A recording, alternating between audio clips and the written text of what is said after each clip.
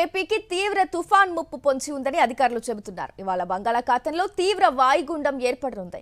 ఇక వాయుగుండం రేపు తుఫాన్గా బలపడే అవకాశం ఉంది. దీంతో ఏపీ వ్యాప్తంగా భారీ వర్షాలు కురుస్తాయని వాతావరణ అధికారులు చెబుతున్నారు.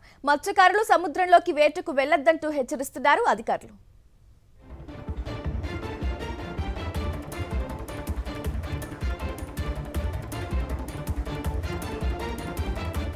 అంశానికి సంబంధించి పూర్తి డీటెయిల్స్ మా కరెస్పాండెంట్ అనిల్ ఫోన్ ద్వారా అందిస్తారు. అనిల్, చెప్పండి, ఏదైతే ఏపీకి తీవ్ర తుఫాన్ ముప్పు పొంచి ఉందని అధికారులు హెచ్చరిస్తున్నారు, దీనికి సంబంధించిన అప్డేట్స్ ఏంటి అనిల్?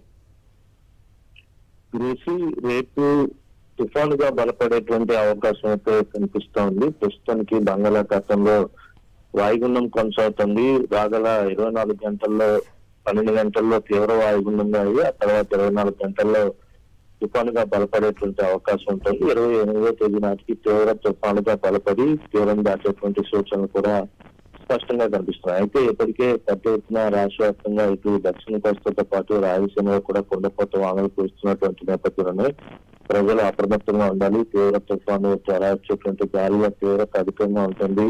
తీవ్ర ప్రాంత ప్రజలతో పాటు మత్స్యకారులు కూడా తగు జాగ్రత్తలు తీసుకోవాలని వాతావరణ శాఖ హెచ్చరిస్తుంది. ఇప్పటికే పలు జిల్లాల్లో పాఠశాలలు కూడా సెలవులు ప్రకటించడం జరిగింది. తుఫాను తీవ్రత పెద్ద ఎత్తున ఉండేటువంటి అవకాశం ఉంటుందన్న అంచనాలు ఉన్నటువంటి నేపథ్యంలోనే ముందస్తు హెచ్చరికలు చేస్తుంది వాతావరణ శాఖ. అయితే చాలా ప్రాంతాల్లో ఇటు దక్షిణ కోస్తాతో పాటు ఉత్తర కోస్తా రాయలసీమలోని కొన్ని జిల్లాల్లో 20 సెంటీమీటర్లకు పైగా వర్షపాతం నమోదవుతుందనే అంచనాలు ఉన్న నేపథ్యంలో ఆయా జిల్లాలకు రెడ్ అలర్ట్ జారీ చేసింది. రేపటి నుంచి పూర్తిగా పెద్ద మొత్తంలో వర్షాలు కురిసేటువంటి అవకాశం అయితే స్పష్టంగా కనిపిస్తుంది. అయితే ఈ రోజు సాయంత్రానికి లేదా అర్ధరాత్రికి తీవ్ర వాయుగుండంగా ఈ వాయుగుండం బలపడేటువంటి అవకాశం ఉంటుంది. ఆ తర్వాత క్రమంగా తుఫానుగా పరిణమించి ఆ తర్వాత తీవ్ర తుఫానుగా బలపడి 28వ తేదీ సాయంత్రం లేదా అర్ధరాత్రి తీరం దాటేటువంటి అవకాశం ఉంటుందని వాతావరణ శాఖ ఒక అంచనా వేస్తుంది. ముఖ్యంగా మచిలీపట్నం కళింగపట్నానికి మధ్యలో ఉన్నటువంటి కాకినాడ సమీపంలోనే